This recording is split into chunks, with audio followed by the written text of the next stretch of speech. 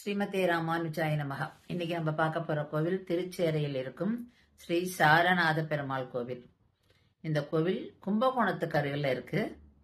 இந்த க்ஷேத்திரத்துக்கே பஞ்சசார க்ஷேத்திரம்ன்ற பேரு. ஏன்னா இங்க இருக்கிற பெருமாள் ஸ்ரீ சாரநாத பெருமாள், தாயார் சாரநாயகி தாயார், சார விமானம், சார புஷ்கரணி, சார க்ஷேத்திரம். அதனால்தான் இந்த க்ஷேத்திரத்துக்கு பேரே பஞ்சசார க்ஷேத்திரம். இங்க இருக்கிற அந்த மண்ணு அவ்வளவு புனிதமானது. ஏன்னா ஒரு காலத்துல சிருஷ்டிக்கு பானை பண்ண முடியாதுதான். அந்த பானைக்கு எந்த மண்ணை கொண்டு பண்றது அப்படின்னு தேடி இருந்ததற்கா.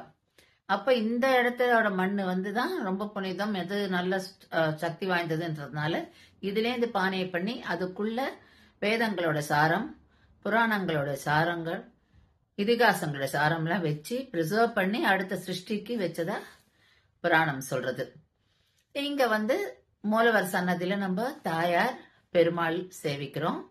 அவளோடையே காவிரி தாயாரையும் நம்ம கர்ப்ப கிரகத்தை சேவிக்கிறோம். ஒரு பக்கம் காவிரி தாயார், இன்னொரு பக்கம் மார்கண்டேய ரிஷி.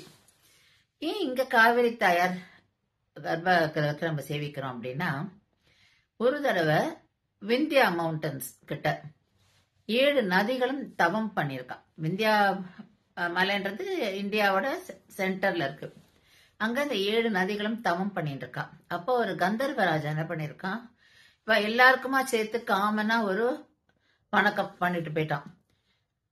இவாள யாருக்கு அவன் பண்ணான்றது தெரியல. அப்போ கங்கை சொன்னாலும் எனக்காக தான் பண்ணா, நான் தான் ஏற்றம் மிகுந்தவள், அப்படி உங்களெல்லாம் விட நான் தான் இன்னும் புனிதமானவோ அப்படின்னு சொல்றான். காவேரிக்கு இது ரொம்ப மனசு கஷ்டமாயிடுறது.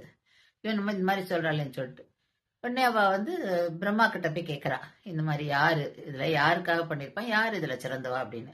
அப்ப பிரம்மா சொல்றார், கங்கை தான். ஏன்னா பெருமாள் திருவிக்கிரவனா காட்சி அளிக்கும் போது அவரோட திருவடிகளை பட்டு கங்கை வரா, அதனால கங்கா தான் ஏற்றம் மிகுந்தவா அப்படின்னு சொல்லிடுறா. அப்ப காவேரிக்கு ரொம்ப மனசு கஷ்டமா போயிடுறது. அப்ப அதனால காவேரி என்ன பண்றா, நான் என்ன பண்ணணும், எனக்கு அந்த ஸ்தானம் வரணுமே, அதுக்கு நான் என்ன பண்ணணும் அப்படின்னு சொல்லி பிரம்மாவை கேட்கும்போது, நீ இந்த க்ஷேத்திரத்தை சொல்றவர் இங்க இந்த திருச்சேர இடத்துல இங்க நீ போய் தவம் புரி, உனக்கு பெருமாளை வழி சொல்லுவார் அப்படின்னு சொல்றா. அதே மாதிரி காவிரி தாயார் இங்க தவம் இருக்கா, கடும் தவம் இருக்கா. பெருமாளும் அவளுடைய தவத்தை பாராட்டி அவருக்கு காட்சி அளிக்கிறது. எப்படிலாம் காட்சி அளிக்கிறார் அப்படின்னா, முதல்ல குழந்தைய அப்படி தவழ்ந்து அவரோட மடியில காட்சி அளிச்சாராம்.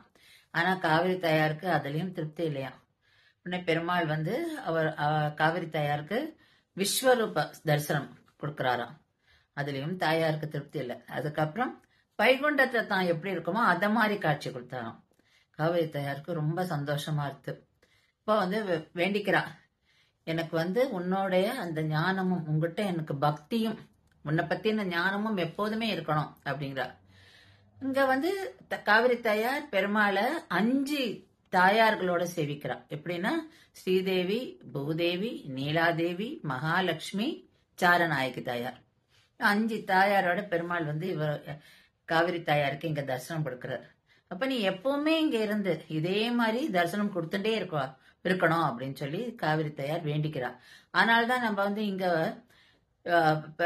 உற்சவமூர்த்திக்கு 5 தாயாரை நம்ம சேவிக்கிறோம். பெருமாள் 5 தாயாரோட தான் இங்க காட்சி தருவார். இந்த கோவில்ல புஷ்கரணி கிட்ட காவிரி தாயாருக்கு ஒரு தனி சன்னதியுமே உண்டு. இவ்வளோ விசேஷம் இந்த இடத்துல. தாயார் காவிரி தாயாருக்கு அவள் நினைச்ச அந்த ஸ்தானம் கிடைக்கிறது. அதோட இப்ப நமக்கெல்லாம் ஒரு பழக்கம் இருக்கு, துலா மாசத்துல காவிரியில நம்ம ஸ்நானம் பண்ணா நம்மளுடைய பாவங்கள்லாம் போகும்னு.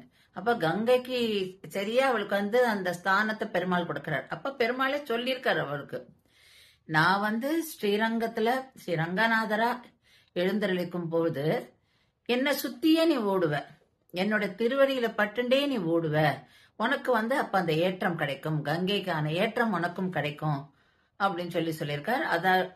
அதேதான் நம்ம இன்னைக்கும் பாக்குறோம். ஸ்ரீரங்கத்தை சுத்திலே காவிரி தாயார் ஓடின்னு இருக்கா. அதனாலதான் காவிரி தாயார் இந்த காவிரி நதியில நம்ம துலா மாசத்துல ஸ்நானம் பண்றது அவ்வளவு விசேஷம். ஸ்ரீமதே ராமானுஜாய நமஹ.